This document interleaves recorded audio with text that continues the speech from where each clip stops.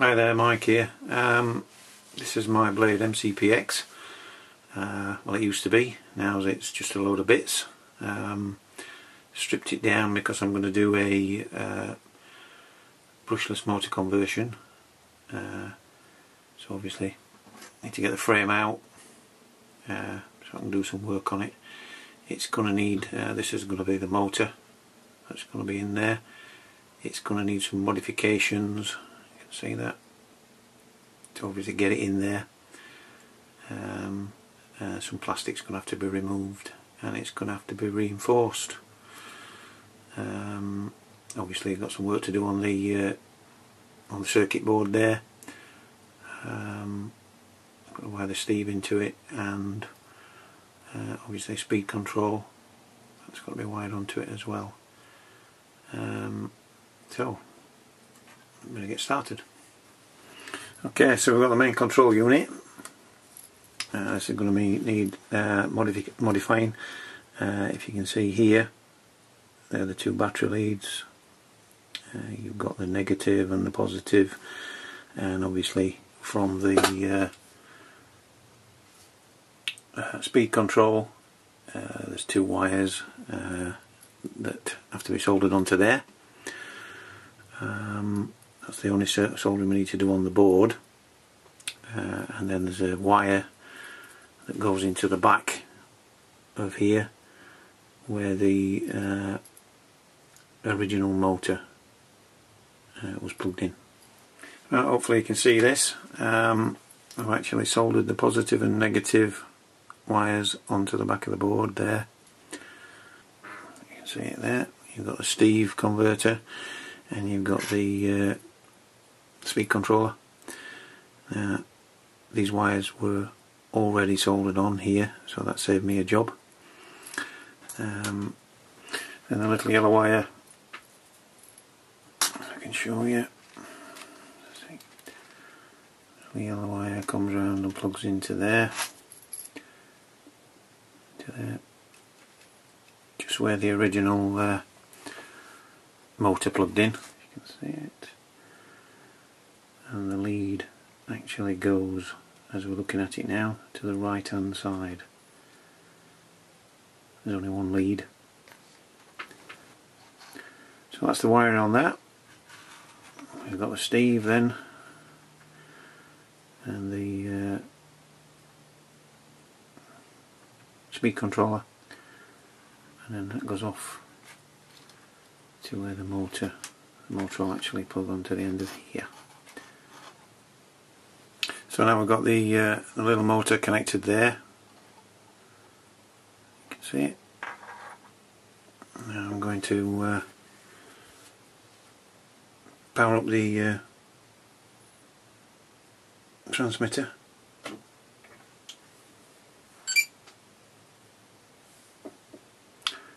And hopefully connect the battery up like so.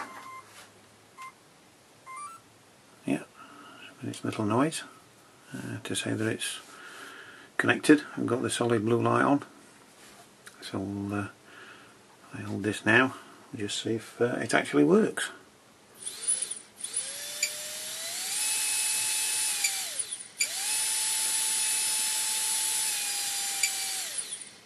Yeah, so it's all ready to be installed.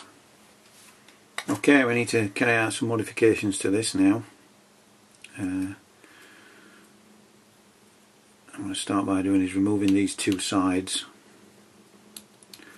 probably just snipping them off there and bringing this down so that the motor will fit in.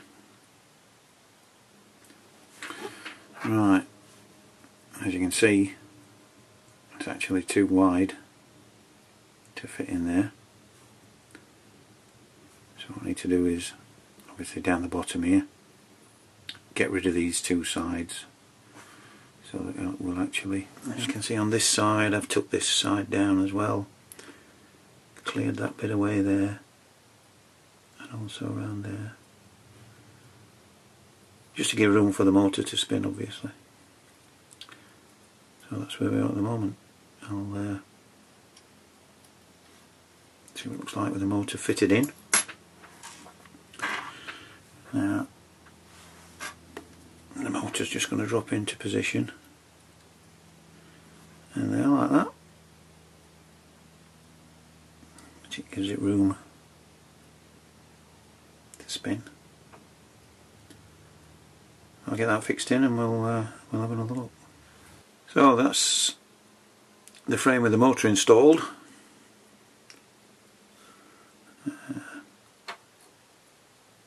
Fits in pretty good now, pretty solid.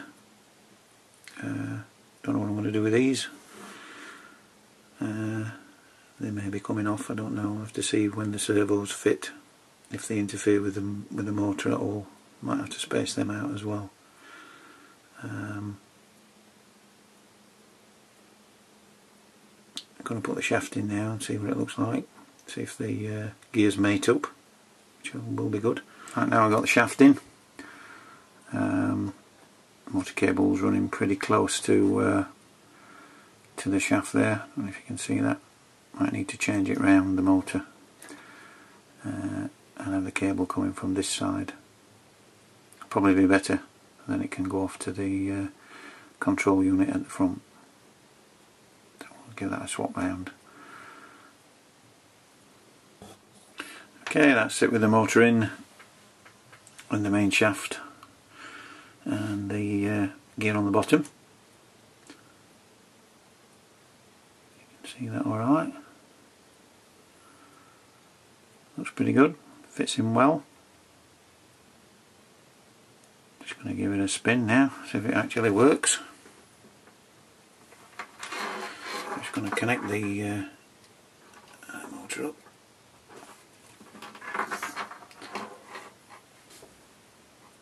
I still see that.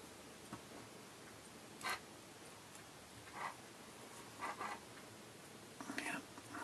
I've got the radio turned on already. And I'll see if anything happens.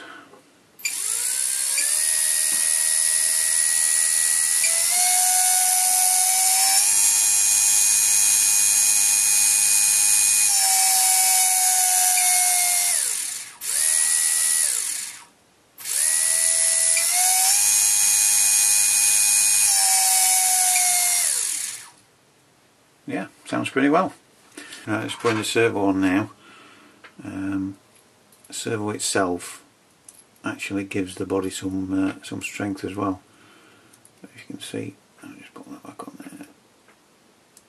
That fits on there, and obviously it braces between there and there, so it's giving it a little bit of strength to support it, and also it's clearing the motor. Right, that's where one of the servos attached. As I was saying, there's more like probably 1mm gap between the servo. Hopefully that shouldn't interfere with anything.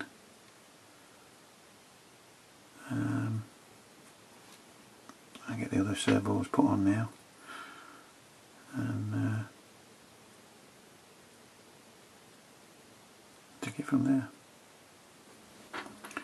Right, there we have it with all the three servos back on.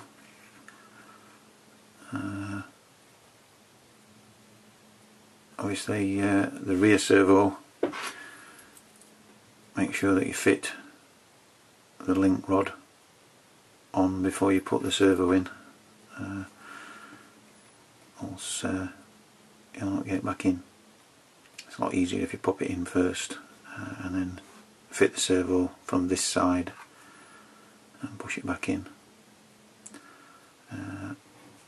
That servo cable runs across and just nips neatly underneath there. Hopefully you can see that.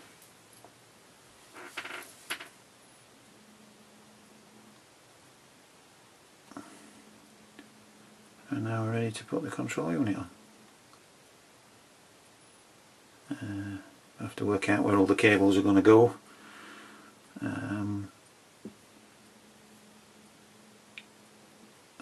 we'll see. Okay. Just one thing to point out if you're going to do this conversion. This particular servo had to be spaced out. I put a couple of little 1mm spacers, the plastic spacers that actually, well, the plastic washers that actually isolate the board at the front or whatever they do. I've actually fitted them there. I don't know if you can actually see at the back of the servo, just to give me a little bit more room there, because we're really tight up against the motor there. Hopefully you can see that.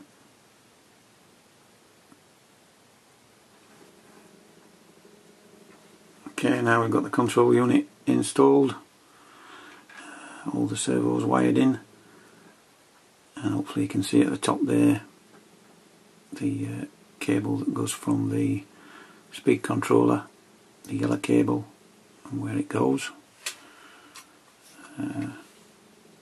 Just there. Okay. Now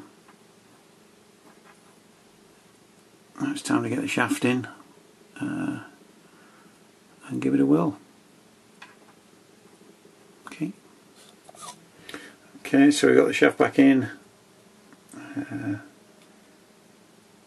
You see the little motor under there. Fits really nice. Got the head back on. Take it round. You can see this side.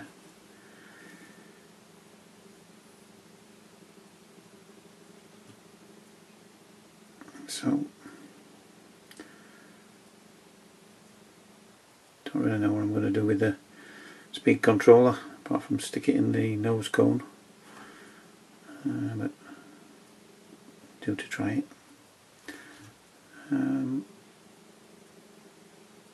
That's it, ready for a spin up. Just one other thing, what I've actually done is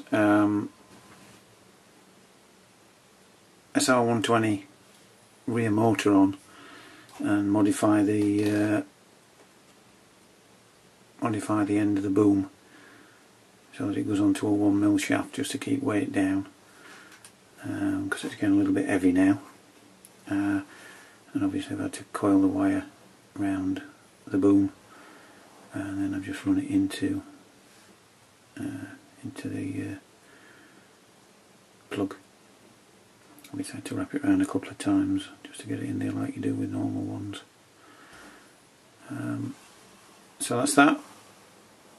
I'm ready now to just give it a spin up and see what happens. I'll give it a little try.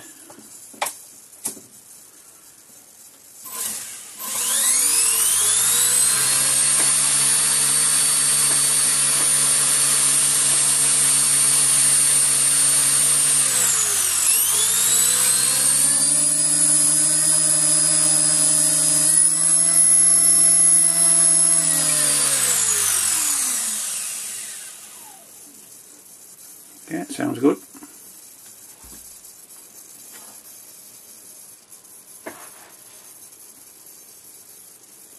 And there it is, finished result with its canopy on. You can see the ESC through the window, and the Steve unit.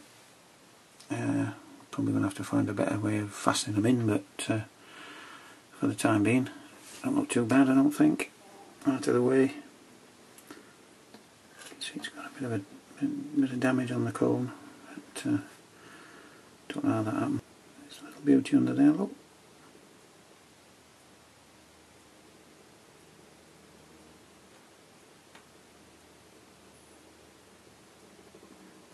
And that's it. Thanks for watching.